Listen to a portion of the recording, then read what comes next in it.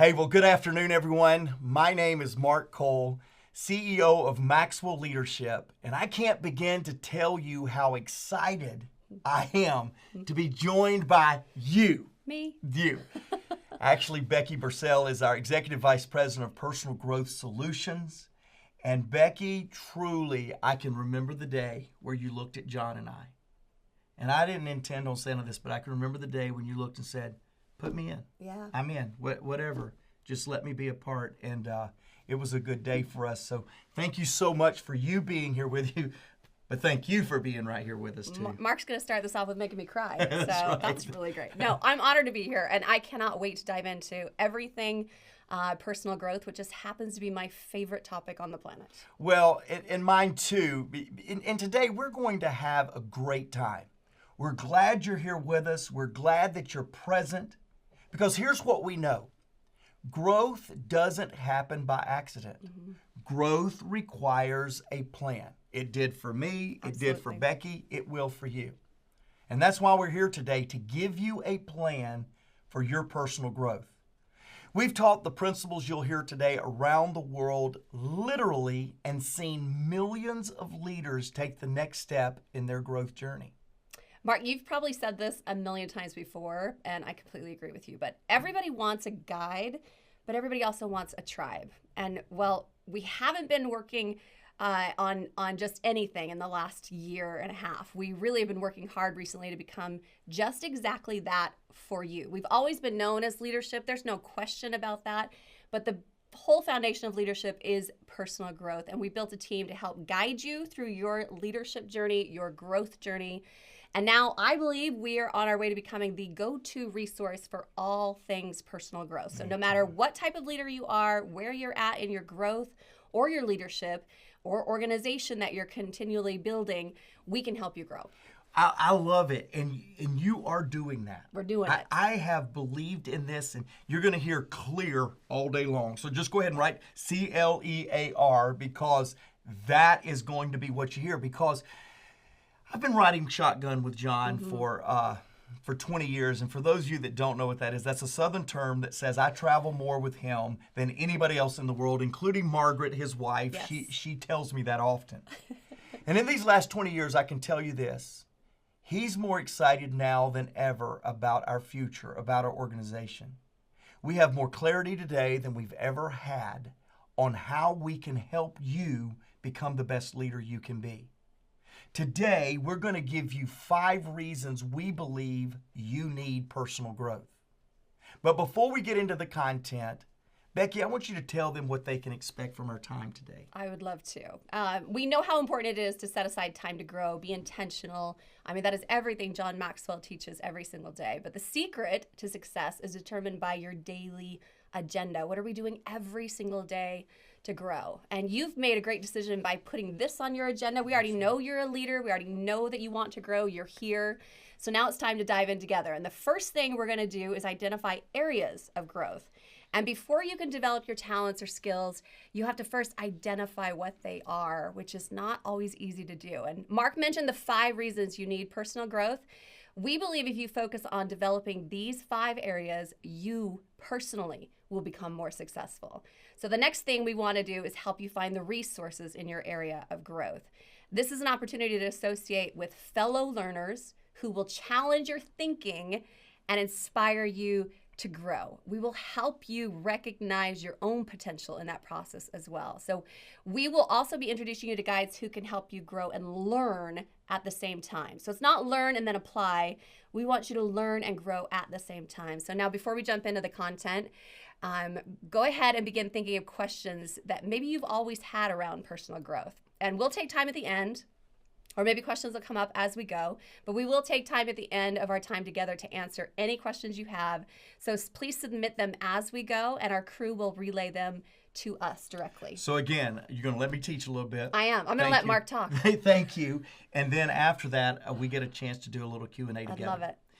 Well, I'm going to tell you, Becky, and to all of you watching today, of all the things that I've seen positioned and presented in John Maxwell's world, and again, remember, 22 years in 8 days. May 1st, I think that's 8 Yeah, days. Yeah, that's well, it's close. It's about 13 days, but who's counting? I will celebrate 22 years, and of all the things that I've been a part of presenting, of all the things I've been a part of developing, of all the things I've been a part of selling and implementing, I can tell you this. The clear growth plan, the clear leadership journey that we're getting ready to take you on is by far, not a close second, that by far is the thing that I'm most excited about. Because I do believe everyone needs a tribe. Everyone wants a guide to do something great around the world. So here's what we're going to do. Let's jump into these 5 reasons you need personal growth. Then we will do some questions. So let's go. Are you ready? I'm ready. I'm ready as well. Number 1, grab a pen. Here we go. This is you. Everyone communicates, few connect. Now, I know what some of you old timers, you established people are thinking. You're going, yeah, Mark, John wrote a book on that. Good point.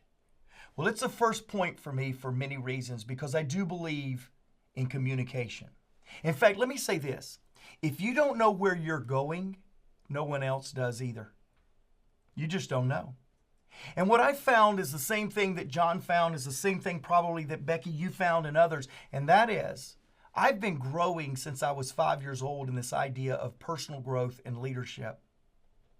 But it wasn't until I realized the need for an intentional plan that I started seeing exponential growth. And that's why I start with this concept of everyone communicates, few connect. Because connection is such a critical part of life. You can't lead if no one will follow. You have to have the ability to connect with others if you're going to lead. See, I've followed a lot of people in my life that didn't know where they were going, and I did what many of you have done. I jumped off the train pretty quickly. See, how do you know the person you are speaking with is engaged with you and your message? What is it that lets you know that? Our friend Roddy Galbraith, he's one of our guides, Becky, and he says, if it's not for them, then it's probably at them. And I found that true in my life because what I'm challenging you with today is you need a communication plan. You need to develop your growth plan, and you need to be able to share that with others. It was George Bernard Shaw that said, the main problem with communication is the illusion that it's already taken place. We've all thought we said something. We've all thought that we were really given some good stuff, and then only to find out that no one was following because we had not set the direction. Connectors go first. People that learn how to communicate by connection are the ones that are leading, are the ones that are blazing the trail. I know for me, when I began in John Maxwell's world 22 years ago, and I was asked that infamous question by my boss at the time, and he said, "What's your growth plan?" And I couldn't really answer. I could tell him the books that I was reading at the time. I could tell him the things that I wanted to accomplish, but I really couldn't give an articulate plan. And it's true in communication for yourself with others. You've got to find common ground. I've tried to grow myself in areas that were not pertinent to me. I've heard John say often that it's not believe it and you can achieve it. It's believe something believable and then go after it. And John uses the illustration. It's quite humorous for him. If you've seen John, he says, I can believe all day long that I can be a ballerina, but look at this body. Look at these skill sets. It's not happening. See, I think in developing ourselves as well as developing those around us, the reason I start today with everyone communicates, few connect, is because you got to find common ground. You got to find common ground with yourself. What are the areas that you want to grow in? What do you want to be known for, as my friend Jeff Henderson says? Connectors make the effort to go to the other person, including themselves. Because at the end of the day, it's not about what you want to say.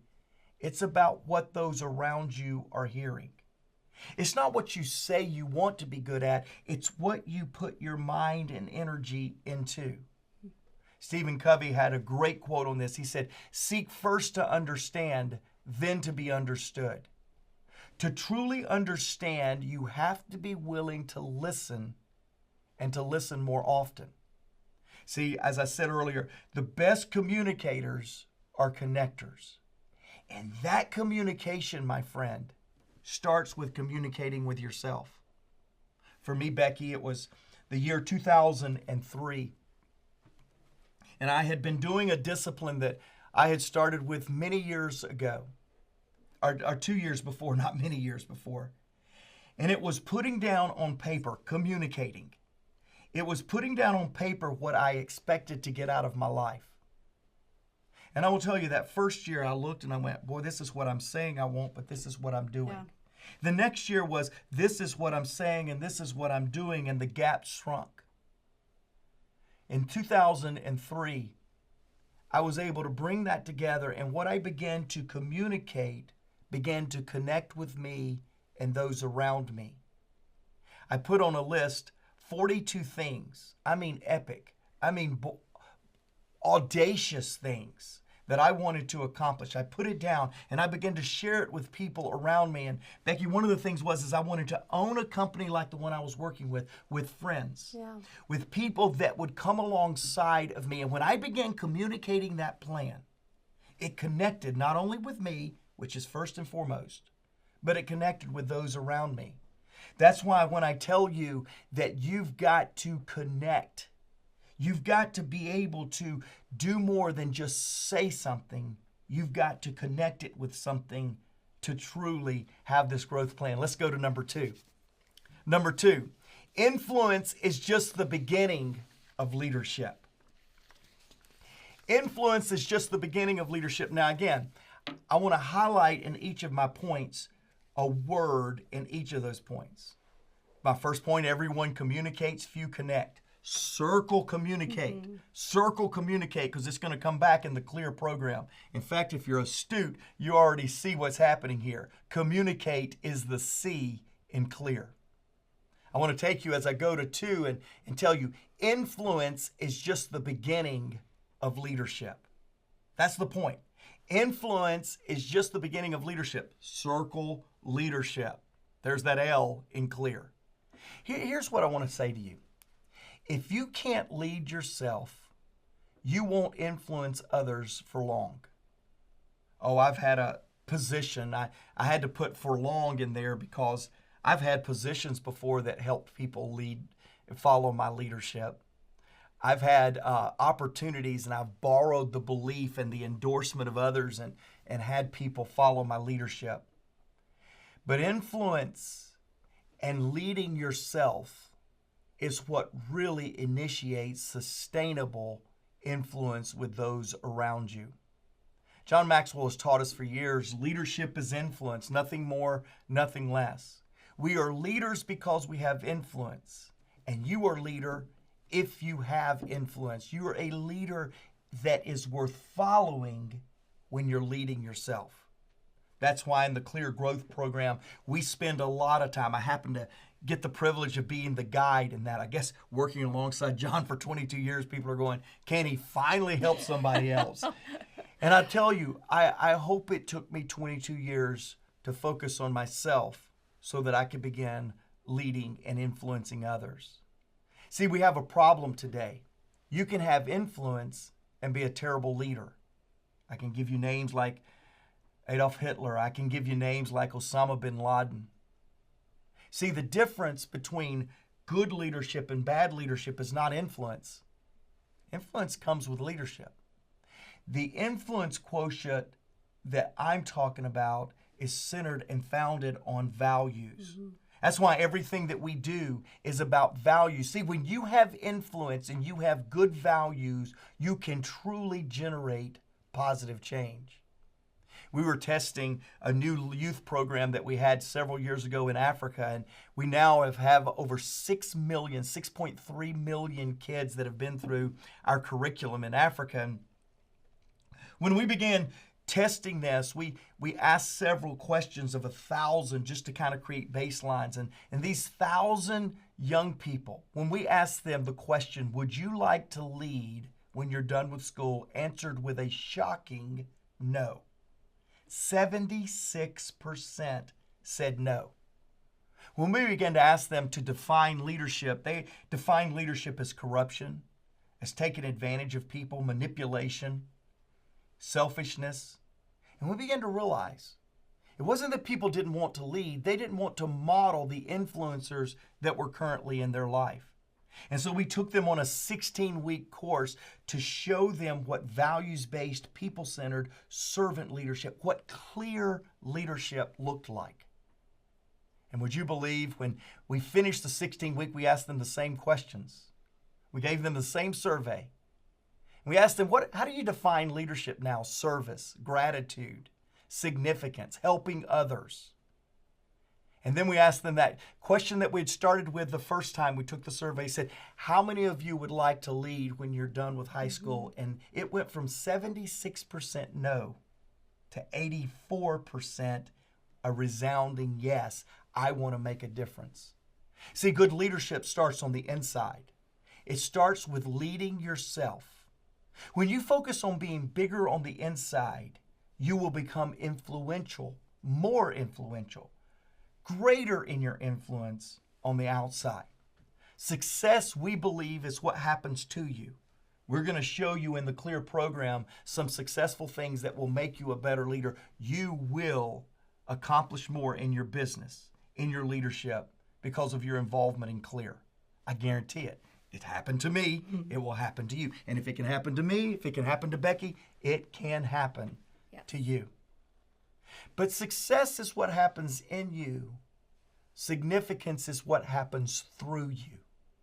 And my commitment to you, Becky's commitment to you, is we will not only show you leadership influence that makes you more successful, what happens to you, we will give you leadership that will make you significant, what happens through you. See, by learning and living out good values, you will become a person worth following. But it starts with a plan that will improve you as the leader on the inside. Let's go to number 3. Number 3 says, equip yourself so you can empower others. This idea that equipping, this idea that we have what it takes and that we get it. See, the thesis that I want to give you here is if you don't fill your tank, you won't get far. If you don't ensure that you have what you need inside of you, you will run out of gas. You will lose your direction along the way. I know for me and my story, and if we're meeting for the first time, I wish I had more time to tell you my story because it's kind of a fun story to know what's happened over the last 22 years. But I believe the future success of any organization, the future success of any leader, the success that I have had in the last 22 years, it depended on how well I was equipped, how I equipped myself for my future, for my envisioned future. Leaders, and some of you are already leading people. I get that. Some of you want to lead people. Some of you are like the kids in Africa. You have bad examples and you don't know if you want anything to do with leadership whatsoever.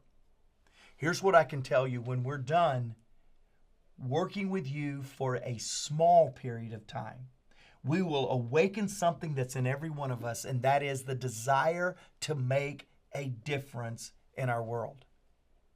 We believe the only way that you're going to be able to make that difference is to be equipped with what you need. We believe the only way your team will be successful, leader, is if you equip them. See, that's why John can say the future success of any organization depends on the number of leaders that organization equips. All successful organizations, and we've worked with thousands of them, all organizations that are successful, that are sustained in their success, is because they equip leaders. I'm convinced that John Maxwell understands it right, that equipping leaders is the most important thing that we, our organization, can do. That's why Clear exists. That's why we're doing this. That's why this third point of equipping is so prevalent for us. It's very simple. When you're going to equip someone, I want to give you a process. I want to give you some content. Now, I realize, again, some of you are just starting out. You saw a link and you clicked it. You didn't even know this leadership thing. Don't even know this John Maxwell. Others of you, you've been a mature leader and you've been helping people for a long time, but you feel like they always need you. It's almost like leading leeches. You can't get rid of them. It's almost like, for those of you that have followed people like that, it's almost like you always need them. There is a way to empower and equip people around you, and I'm going to give it to you. It's very simple. We'll teach it more in the program. But it's a 5-step it's really a 6-step process that I want to take you through real quickly. Number 1 is you do it. I do it. You're a new leader. You're a new influencer. I do it. Number 2 is you choose someone to do it with you, somebody to do it for you, somebody to do it in place of you. Number 3 is I do it with them. It's now time for me to show you, person that I've selected, that it's now your time, and I equip you with that. And then number 4 is they do it with me. Now Becky does it, and I watch, and I coach, and I give pointers. Number 5, Becky does it, and I go play golf. Just kidding. That's never happened. I get out of the way. I go make it happen. And then finally, number 6, they do it and someone else watches. Somebody else is a part. There's intentionality even in equipping. See, the most beautiful thing about this process of equipping is anyone can do it. If John can do it, if Mark can do it, if Becky can do it, you can do it too. See, this is the purpose of personal growth. Giving yourself what you have been given so that you can give it to others. The truth is this: I cannot give what I do not have. And I've watched too many people that engage with John Maxwell's style of leadership believe that you have to be a leader before you tackle this concept of equipping. And I'll tell you, the most important person you can equip is yourself. In fact, today you will be able to go to maxwellleadership.com/clear. maxwellleadership.com/clear, and you will get the opportunity to equip yourself. You don't have to, but I'll tell you, you will become a reservoir with too many webinars like this if you don't open up and invest yourself so that you can become a river so that things will flow through you.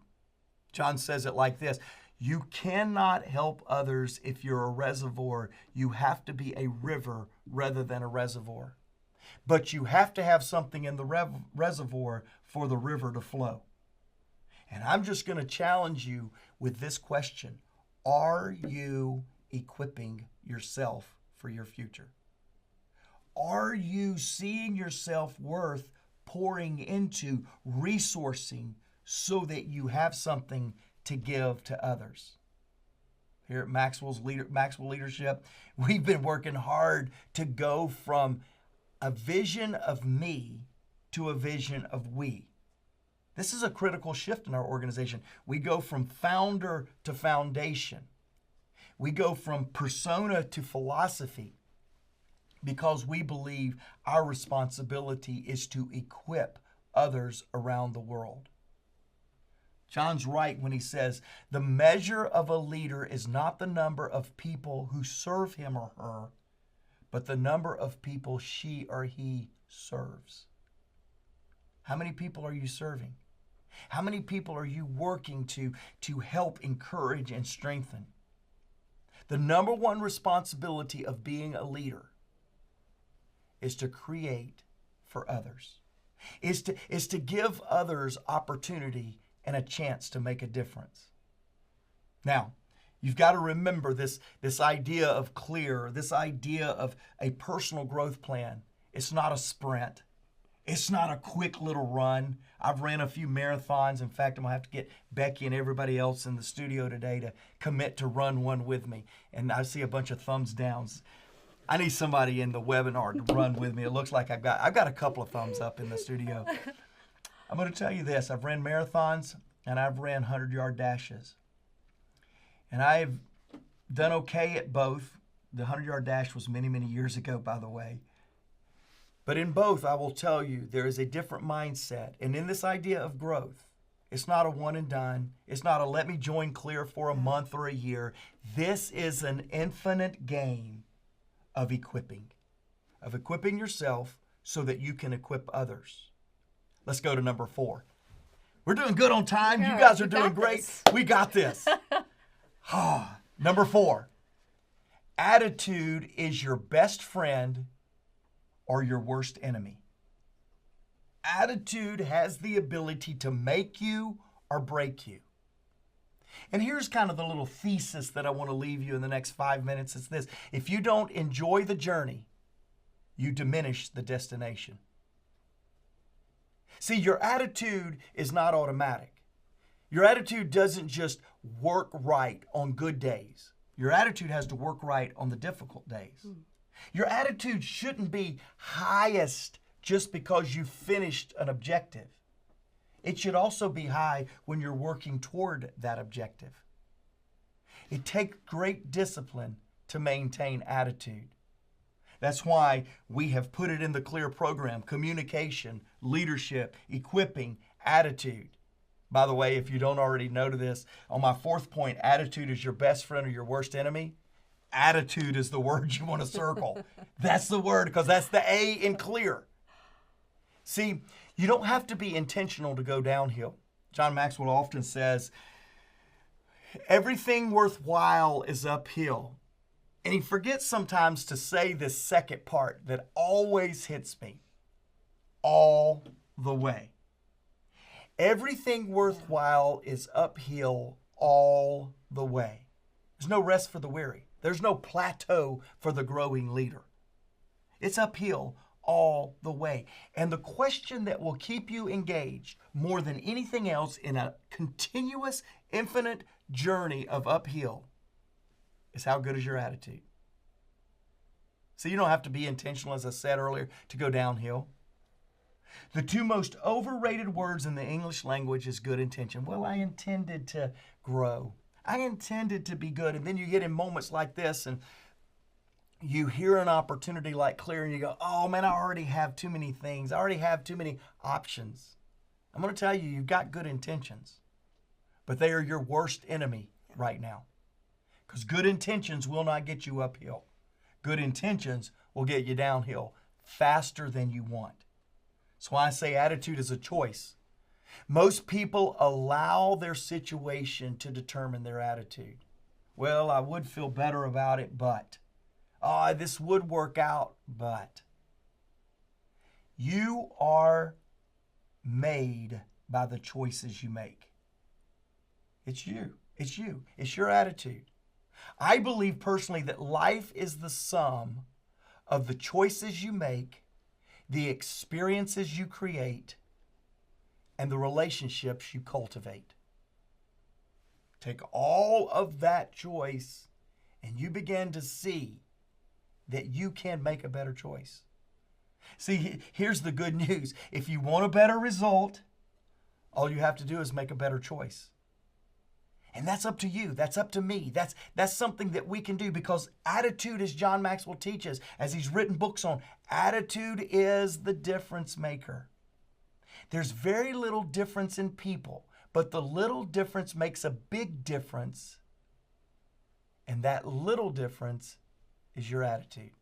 It's my attitude. I was doing a podcast earlier today, and somebody asked the question, how do you choose a good attitude? How do you affect your attitude? Well, number one, I don't have time to answer that question on a podcast. I don't have time to answer it here, but here's what I'll tell you.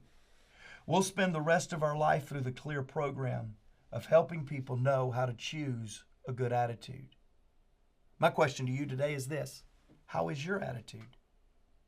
Did you wake up with a manic Monday? Was that the Bengals, I think, that sang that? Just another manic Monday? Pretty much. Don't make me sing. I'm not Exactly. Me or you, neither one. But what is it, a Monday and you just can't wait to get to hump day? Wednesday is your epiphany because it's all downhill from here. Guess what? That's your attitude. It's all downhill from there. But is this the first day? Chris Robinson, our Executive Vice President of Entrepreneur Solutions, he calls Monday due day. It's due day. because it's time to do something. It's time to activate. You change your attitude by changing your thinking. When you change your thinking, your actions will change. And then to be consistent with practicing those changes will make the difference in your life that you want. See, I believe at the end of the day, attitude is rooted in valuing people. I love what John has been saying the last few years now. He says that as it relates to attitude and how you see people and how you view people is how you will lead people. He made a huge statement not too long ago, a couple of years ago now, that he's been saying. He says, if I see you as hurting, I will help you. If I see you as broken, I'll fix you. But when I see you as valuable, I will serve you. See, it's all about perspective. And what happens is when we help people that are hurting and we fix people that are broken, we create a reliance on us that we become the savior in their life and never equip them, back to equipping, to do things on their own. Too many of us within ourselves, because I'm talking about you, I'm talking about me. Too many of us look for external things to drive our attitude rather than seeing the intrinsic value that's in each of us, so that rather than seeing ourselves as broken or hurt, we see ourselves as valuable, and we begin to serve, to sacrifice time, sacrifice money to pursue the value that we see in each of us. I don't believe you're great at serving others if you don't learn how to serve yourself. Yeah. I don't believe you're going to help others be successful if you don't do what it takes to make yourself successful.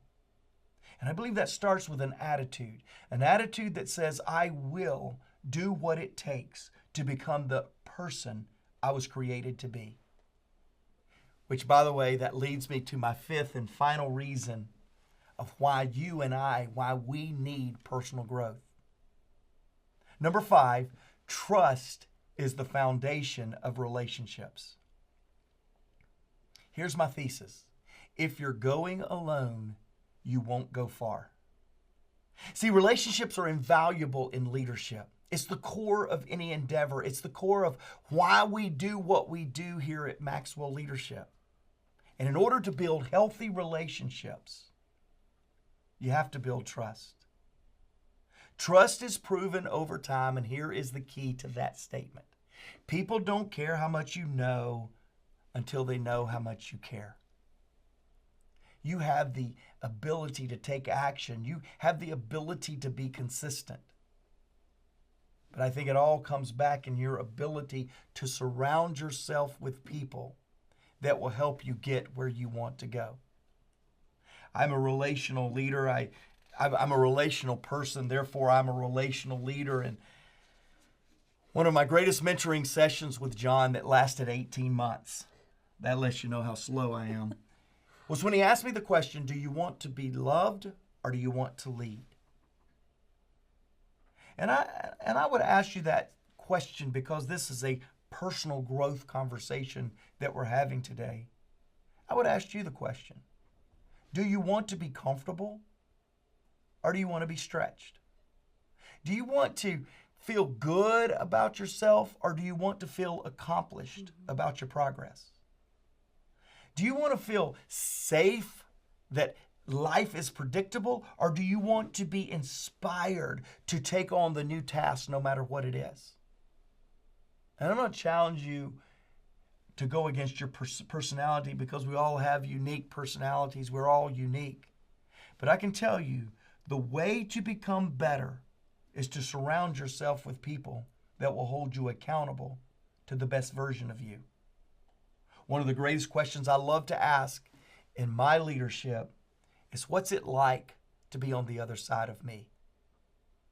This particular one is where I really push the guide part of our tribe, of the clear perspective. You need to get into communities where people think bigger, act bigger, believe bigger, and pursue bigger than you've ever pursued. And if the only environment you're in is your environment where you are the bigger thinker, where you are the biggest doer, you need to get in a bigger environment. Because you're done, you just don't know it yet. You don't have those relationships that will stretch you and pull you. And I believe in personal growth, as personal as I think it is, was best when I held myself accountable to those around me. When I got in bigger environments than me and I challenged myself to grow in relationships. That's why we created CLEAR: communication, equipping, attitude. Don't forget leadership, Mark. Communication, leadership, equipping, attitude, and relationship. That's because I need women and men like Becky in my life to become bigger and better. I need accountability like Becky and others in my life to keep me on my growth track. And I need people like John Maxwell and Becky to help me dream and think bigger at the potential that's ahead of me. That's why we have created CLEAR. That's why we're here today. That's why we're excited on going on the journey with you. Because together we will clearly grow and we will clearly lead better than we've ever been. And Becky, I'm glad to be on the trip with you. Me too. I'm excited to be taking some questions today. And so let's get started with some questions. I can see one already popping up. So Sheila from Knoxville, Tennessee says, what do you do when you have a team member that needs an attitude adjustment?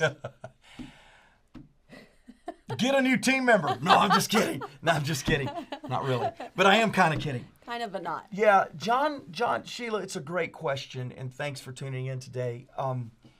John has been asked the question a lot, and I've been in the room where it says, hey, how do I motivate my team? And this is kind of the same question. How do I adjust the attitude of my team? And the first thing I tell you on the front end, hire motivated people. Hire people with great attitudes. Now, Sheila, I don't know your whole circumstance, just like you may not know all of mine. And sometimes we inherit teams and we think that's good advice on the front end, Mark, but I'm stuck right here. What do I do?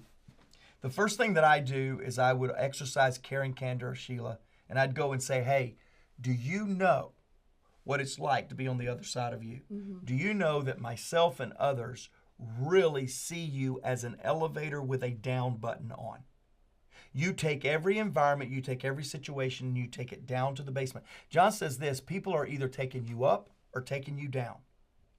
And Sheila, you need to ask this person, do you realize that you are a downer for people around you? Sometimes I've met with people, they don't even know that.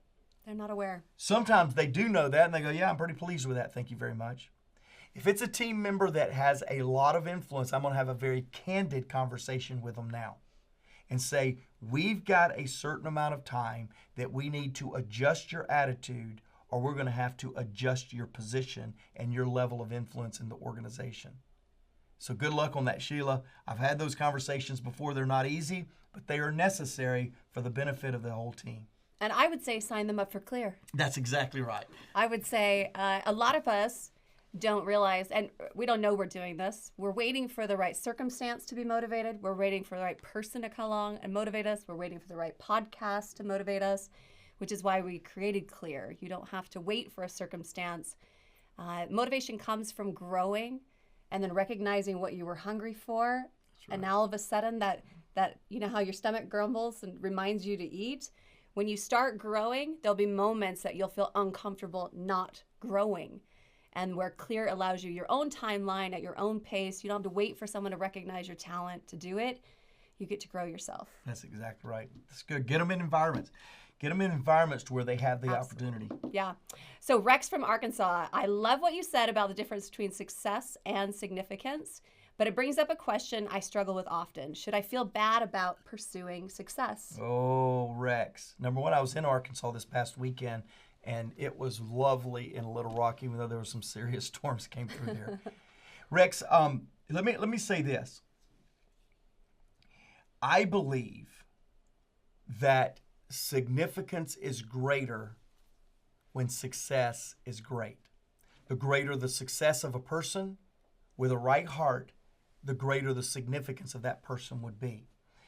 I would challenge you to not pursue success in and of itself. I've met a lot of successful people, Rex, that at the end of whatever success meant to them, they were empty because they didn't do anything with that success. But I do not want you to struggle with the pursuit of success. No way. In fact, I want more success in anyone that's listening to this, because I believe that with a greater degree of success becomes, again, that greater degree of significance. John Maxwell, he and I had a long conversation one day, Rex, and he said, hey, Mark, well, I was talking to him actually, and I said, John, I believe that success comes before significance. And he said, hey, Mark, I want to challenge that. He said, I started out with significance and success just came in an unintentional, unconventional way to me. He didn't start out writing books to sell 36 million, which is his current number. He started out to write a book to help somebody that he would never meet. And I think that that's true. I think for most of us, however, and this is true for John too, as we discovered in a longer conversation. I said, John, do you think you are doing as significant things today as you did 50 years ago when you started? He said, of course not. I said, do you think that's because you got a level of success that wants people of success to go along with you, that compels them? And he said, I do. I said, so I don't disagree that you can get significance first, but I do agree that success multiplies significance the greater your success. So Rex, keep getting successful, buddy. Please. We're going to help you. I think where we get in trouble is when we make them exclusive to each other. It's an either or conversation. I wish there was a word that combines success with significance and that journey to do both. It's just like everything else we try to balance in our lives. It's finding a way to combine the two together. And there's always, always, always a way to do it. And I think equipping plays a huge part. I agree with that. As long as you're teaching someone else and duplicating that model through it, and it's adding value to people, sometimes the significance is there and you're not even seeing it. That's exactly right. I love that question. So Katie from Dallas, my question is for Becky. I have heard John talk a lot about the importance of your daily agenda. What is something you do every day that has helped you be successful?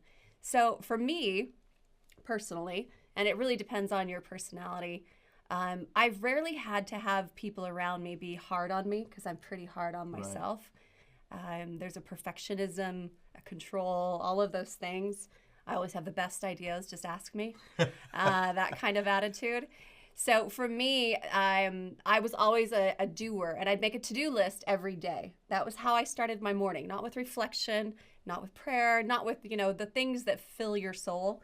I would start with an intention of what I had to get done. And then at the end of the day, when I wasn't able to accomplish all of those things, it was really starting to affect my self-esteem. So I flipped those things drastically. So every day in the evening, I actually have a journal that I write down what my greatest accomplishment was. So I don't even do the to-do list, but those accomplishments, it looks different. It's not just grocery store and kids and emails and those sort of things. And some days the accomplishment is I did not take anyone's head off like that. And if you knew my day, that was a pretty big accomplishment as well. But reflecting on, there are also days where I can make a list of a million things and think, man, how did one human get all of this done? So just giving myself a little grace and appreciation has become a daily agenda. I'm a huge fan of working on your fuel, not just skill sets. Like finding ways to keep yourself passionate and engaged in your own life and enjoying. Now you enjoy the process. One of my favorite quotes, Ralph Waldo Emerson, that which we persist in doing becomes easier for us to do, not because the nature of the task has changed, but because our desire to do it has increased. When people look at the Mark Coles, they look at the John Maxwells, and they think, how do you get done on a daily basis what takes other people a whole year to do? It's not because they've just perfected their skill set. Their passion, their desire to do it far surpasses the average person. So build that passion, build that desire. Be very clear. Yeah, I agree with that, Becky. And one thing I'd add, because we've got more questions, is you need consistency compounds. So Katie, Becky's may not be yours, mine may not be yours, but there's something, a rule of 5 is what John talks about. There's something you need to be doing on a daily basis to get consistency in your life, because that consistency will compound. Yeah, and Katie, you're going to love the guides that John Maxwell picked himself to coach each one of these topics, and learning how every single one of them have a different perspective, so they have a different routine. And it's not so black and white, but it really is being able to customize that for yourself and giving yourself enough room to be okay with understanding it's a process to get there. So another question, Robin asked, what are some of your favorite tips on helping people become more self-aware of the need for personal growth and the area of that need? Oh man, Robin, I love this question because you're tackling an issue of self-aware, you're tackling an issue of growth, and you're trying to convince somebody of something they may not even be aware of. So there's kind of almost this, ignorance is probably a bad word, but this blinded perspective that they have to growth. We ask a question before we're hiring people. We ask it in our culture portion of hiring people. Where are you currently growing?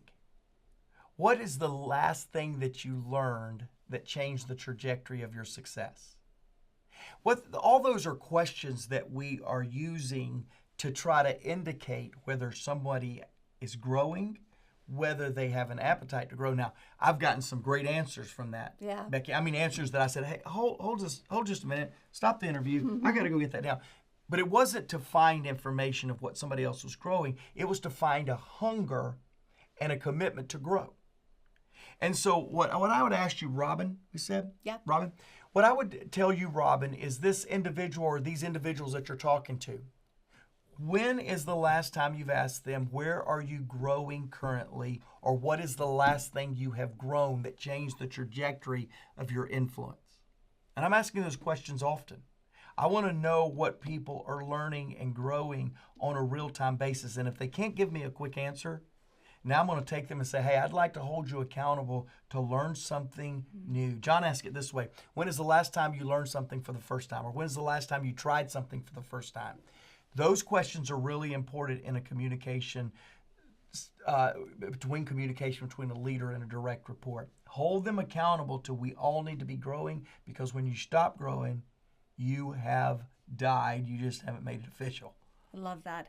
I wanted to comment that when Mark was talking about marathons, it said everyone was ready to run a marathon with you. So maybe we need to sponsor a marathon. Let's do a it. Maxwell Leadership Marathon. I'll be there with the cups of water. We'll take it. It takes all of us. I'll be your hype crew the whole time. Tim asks for equipping. At what point can I just quit my life and go play golf? No, he said.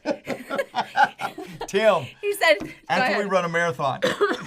He said, all jokes aside, when do you know when you can transition from they do it with me to they do it? Which is interesting that we just had this conversation. But they do it with me, and then you let go of that and let they do it.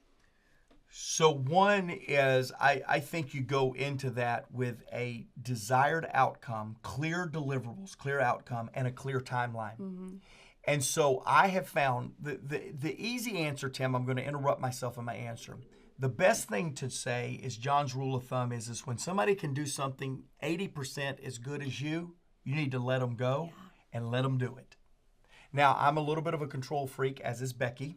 And I just had to throw you under the bus with me. I'm a little bit of a control freak, and 80% never feels like 80%. It feels like about 52%, you know? And so it's a really hard number for me to get. The point, however, is when someone is doing it pretty good and doing it pretty well, you need to let them go after it. And you need to become the supporter of them. Let me give you, Tim, just a little bit more practical things back to my question, the answer that I was giving. I walk into any situation in the I do it, you watch, you do it, I watch scenario, and I go, these are the things that you need to get accomplished. Get as clear in the expectations as possible, and this is the timeline. At the end of that timeline, if they have checked off most of the things on that clear deliverable, I take my hands off and I let them learn. Because that's the way John taught me, is giving me a chance. And a lot of times you don't really understand ownership until you actually have ownership. I really didn't learn how to ride a bike with training wheels. Right. I didn't. I didn't either. Now, they put them on, and I'd stumble and fumble around, but when I really learned was when I took the training wheels off and I went and bumped my knees a few times. Same way with skiing. Yep. She's a great skier from Utah. I'm a decent skier. But when I was in ski school and skiing that bunny slope with my wife on our honeymoon, when I was 30 years old and I thought I was a pretty good athlete, or 34 years old, thought I was a pretty good athlete, it drove me crazy. In fact, the ski instructor looked at my wife and said, "He's not very athletic, is he?" That's the thing you want somebody to tell your new wife about your skiing. He's not very athletic, is he? When Stephanie told me that, I said, I will not take one more lesson from this guy. I'm going to the big slopes. I love that Stephanie told you that. That makes me love her more. Oh, yeah. She told me that and laughed relishly. She told me that. Tim, here's my point. I learned to ski when I got up on the greens and blues without the ski instructor. Now, I'm not saying that's true for everybody, because we got guides and we believe that. You need to get out there and get going to learn. When your life depended on it. That's exactly right. Yes, it's so true. I think we do that with our children sometimes. I've learned my greatest mistakes as a parent was not letting my children feel the refining process of pain and failure in order for them to equip themselves and help us, the world, equip them in becoming that greatest version of themselves. We want to skip all the steps. Yeah. We want to bubble wrap people because we care.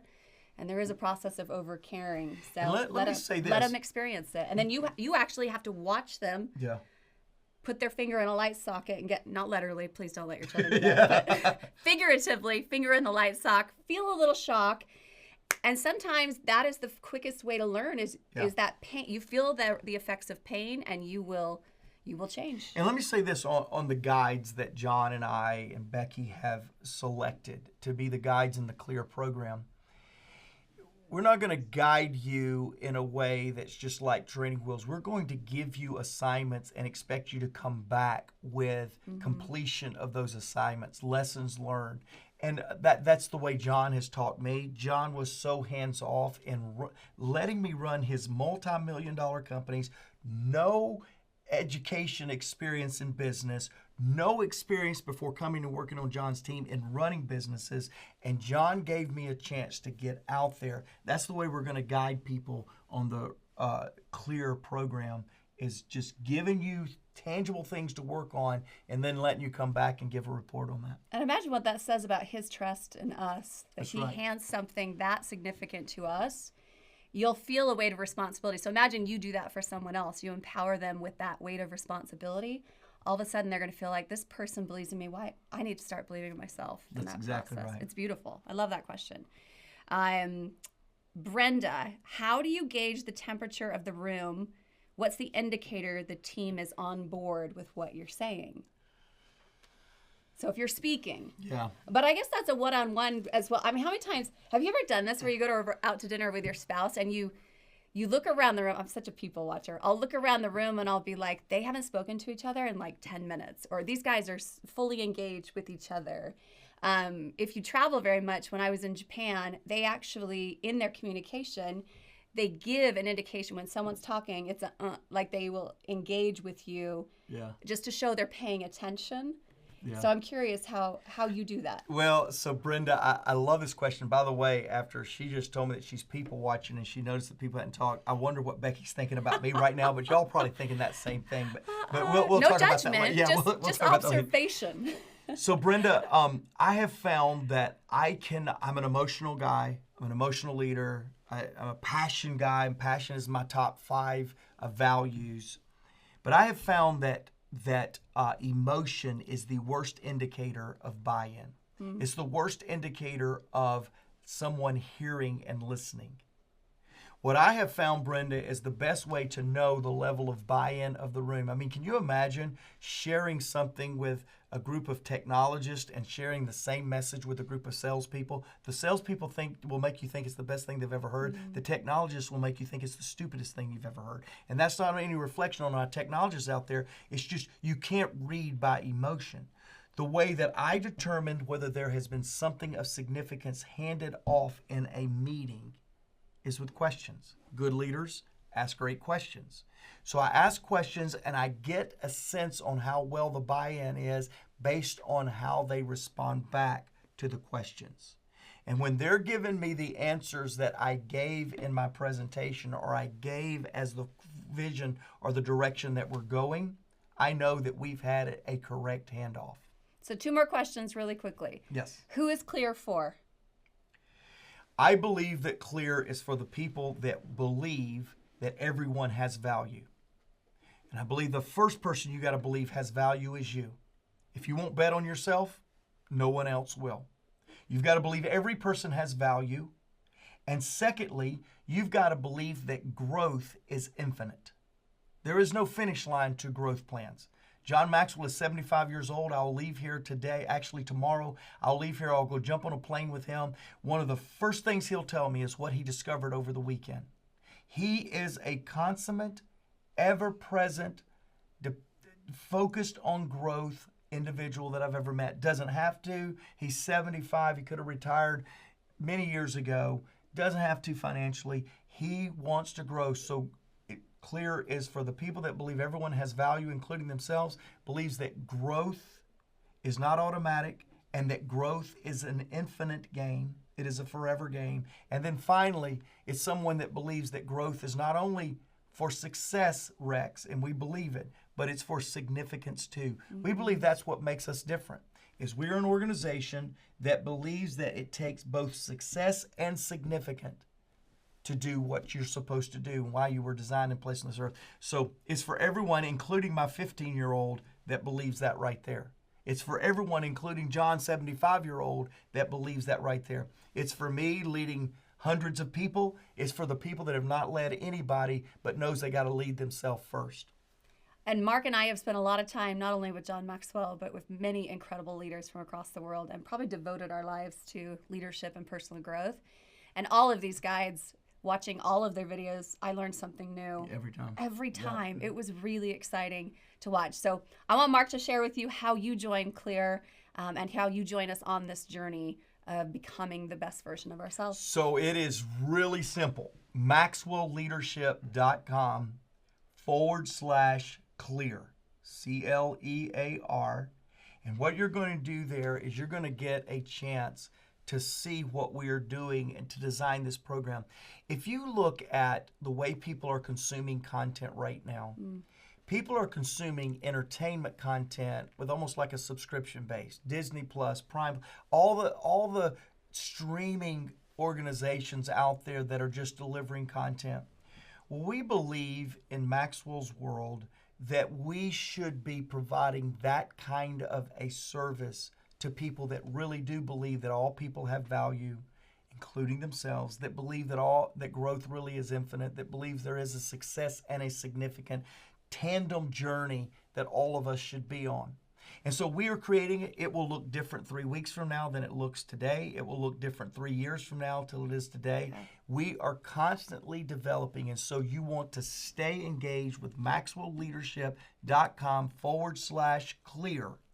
And you need to go ahead and just put this in your budget from now on. We have cell phones. Can you imagine going without cell phones? Some of y'all go to Starbucks every single day. Can you imagine not going to Starbucks, having your coffee? Growth needs to be put in your budget. You know what I learned the other day? Yeah. Final thing, and I got to get out of here and let you close this thing out or whatever we're going to do. I read something the other day that the next generation, it's not millennials, what is it, Gen Z. Gen Z. That Gen Z now is spending more money every month for their personal growth than any other generation before them. Yeah.